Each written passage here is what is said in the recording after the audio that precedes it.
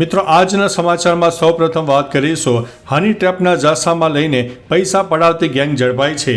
ખેડા જિલ્લાના Kapadvanj town police મથકે senior સિટીઝનને હની ટ્રેપમાં ફસાવીને નાણાં પડાવવા મામલે પોલીસ ફરિયાદ નોંધાઈ છે। હની ટ્રેપમાં ફસાવીને નાણાં પડાવતી ગેંગના મુખ્ય સૂત્રધાર સહિત 8 ઈસમોને ઝડપી પાડવામાં આવ્યા છે। સોશિયલ મીડિયા પ્લેટફોર્મ પર યુવતીના નામે ફેક આઈડી બનાવીને વાતની શરૂઆત થતી હતી અને રૂબરૂ મળવાનો પ્લાન ગોઠવાતો હતો। આ ગેંગને ગણતરીના કલાકોમાં પોલીસે પકડી પાડી છે। મિત્રો અન્ય મહત્વના સમાચારની વાત કરીએ તો હાર્વર્ડ નફરત અને મૂર્ખતા શીખવે છે। અમેરિકાના રાષ્ટ્રપતિ ડોનાલ્ડ ટ્રમ્પે હાર્વર્ડ યુનિવર્સિટીને મજાક ગણાવી છે। તેમણે કહ્યું છે કે હાર્વર્ડને હવે વિશ્વની શ્રેષ્ઠ યુનિવર્સિટીઓ કે કોલેજોની કોઈ પણ યાદીમાં સામેલ ન કરવી જોઈએ। હાર્વર્ડ એક મજાક છે જે નફરત અને મૂર્ખતા શીખવે છે। તેને વધુ સરકારી પૈસા ન મળવા જોઈએ। ઉલ્લેખનીય છે કે ટ્રમ્પે હાર્વર્ડને મળતો 18,000 કરોડ રૂપિયાનું ફંડ બંધ કરી દીધું છે। ડોનાલ્ડ ટ્રમ્પના આ નિવેદનથી ફરીથી દુનિયા ચોંકી ઉઠી છે।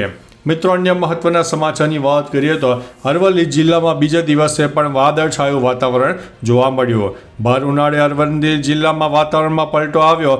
આકાશમાં વાદળા છવાઈ ગયા। વાદળછાયા વાતાવરણની વચ્ચે આકરી ગરમી પણ જોવા મળી હતી, પરંતુ ગરમીમાં આંશિક રાહત મળી હતી। મોડાસાના ગ્રામીણ વિસ્તારોમાં આકાશમાં વાદળો છવાતા ઠંડક પ્રસરી ગઈ હતી। જો કે સાથે ખેડૂતોની ચિંતામાં પણ વધારો થયો હતો। જો માવઠું થાય તો મકાઈ ઉપરાંત અનેક પાકોને પણ નુકસાન થઈ શકે છે। મિત્રો અન્ય મહત્વના સમાચારની વાત કરીએ તો મુંબઈમાં મુસાફરી કરનારાઓ માટે સારા સમાચાર। મધ્ય રેલવેએ મુંબઈવાસીઓને મોટી ભેટ આપી છે। બુધવારે 16 એપ્રિલથી 14 નવી એસી લોકલ સેવાઓ શરૂ કરવામાં આવી છે। હવે મુંબઈ ક્ષેત્રમાં એસી લોકલ ટ્રીપની કુલ સંખ્યા 66થી વધીને 80 થઈ ગઈ છે। કાળઝાળ ગરમીમાં નવા એસી રેકને સમાવેશ થવાથી મુસાફરોને મોટી રાહત મળશે। આ બધી સુવિધાઓ મુખ્યત્વે CSMTથી બદલાપુર અને થાણે રૂટ ઉપર ચલાવવામાં આવશે। મિત્રો અન્ય મહત્વના સમાચારની વાત કરીએ તો MS યુનિવર્સિટીની લો ફેકલ્ટીમાં છબરડો। MS યુનિવર્સિટીમાં LLBના 3જા વર્ષમાં પેપર આપી દીધા બાદ વિદ્યાર્થીઓ દ્વારા તેને લખવાનું શરૂ કરી દેવામાં આવ્યું હતું। તે બાદ 20 મિનિટ બાદ તંત્રને ધ્યાનમાં આવ્યો કે ખોટું પેપર આપી દેવાયું છે। બાદમાં વિદ્યાર્થીઓને નવું પેપર અને નવી સપ્લિમેન્ટરી આપવામાં આવી। આ છબરડા અને સત્તાધીશો દ્વારા કોઈ સત્તાવાર માહિતી આપવામાં આવી નથી। યુનિવર્સિટી સૂત્રો તરફથી આ માહિતી સપાટી પર આવવા પામી છે। મિત્રો અન્ય મહત્વના સમાચારની વાત કરીએ તો રોબર્ટ વાડ્રાની ફરીથી પૂછપરછનું આયોજન।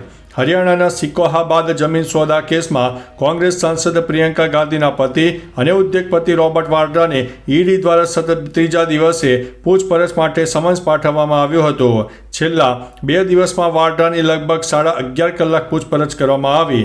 બુધવારે પૂછપરછ થયા પછી ઈડીની ઓફિસમાંથી બહાર નીકળતી વખતે વાડ્રા ખૂબ જ અસ્વસ્થ દેખાતા હતા।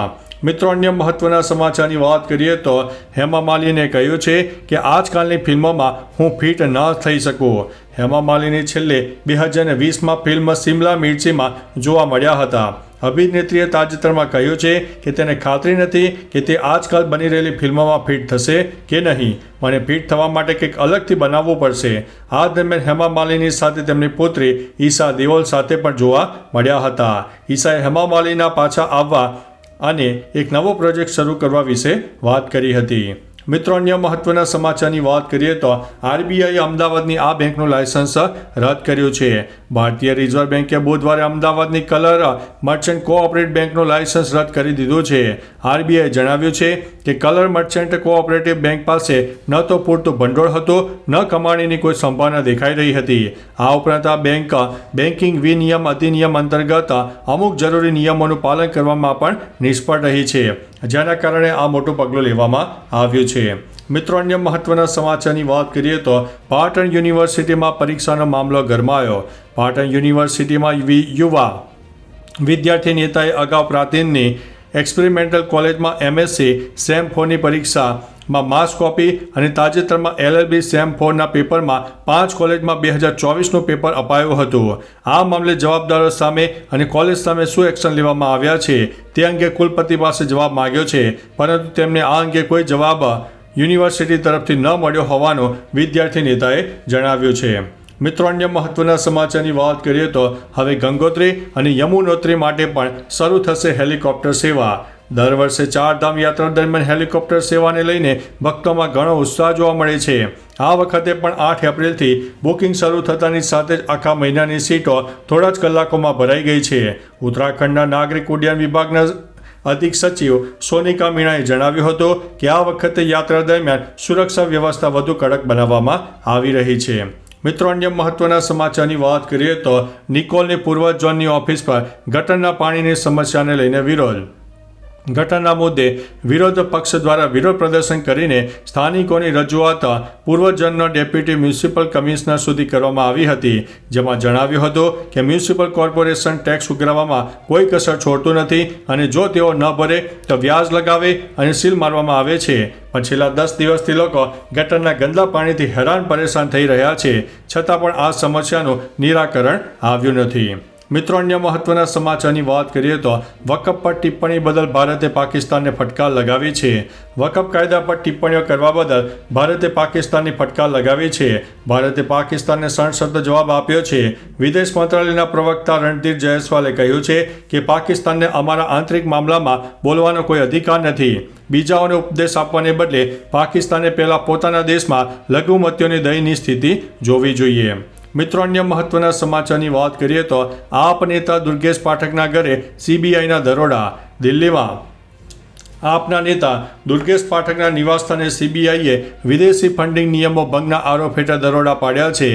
આ રેડ તેમને ગુજરાત વિધાનસભા ચૂંટણી 2027ના સહપ્રભારી બનાવ્યા તે બાદ પડી છે.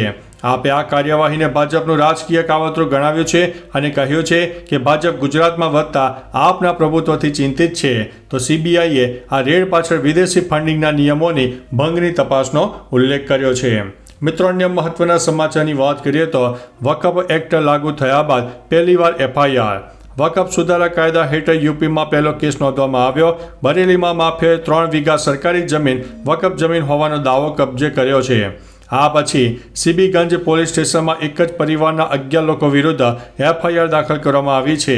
કબ્રસ્તાનના નામે નોંધાયેલી સરકારી જમીન નકલી ટ્રસ્ટ બનાવીને વકફમાં નોંધાઈ હતી. અહીં દરગાહ બનાવીને ઉપરાંત ઝાડુ અને ફૂંકનું કામ પણ ચાલતું હતું. તો ચાલો મિત્રો, ફરીથી દેશ અને દુનિયાના સુપરફાસ્ટ સમાચાર લઈને મળતા રહીશો. ત્યાં સુધી અમને રજા આપશો. નમસ્તે.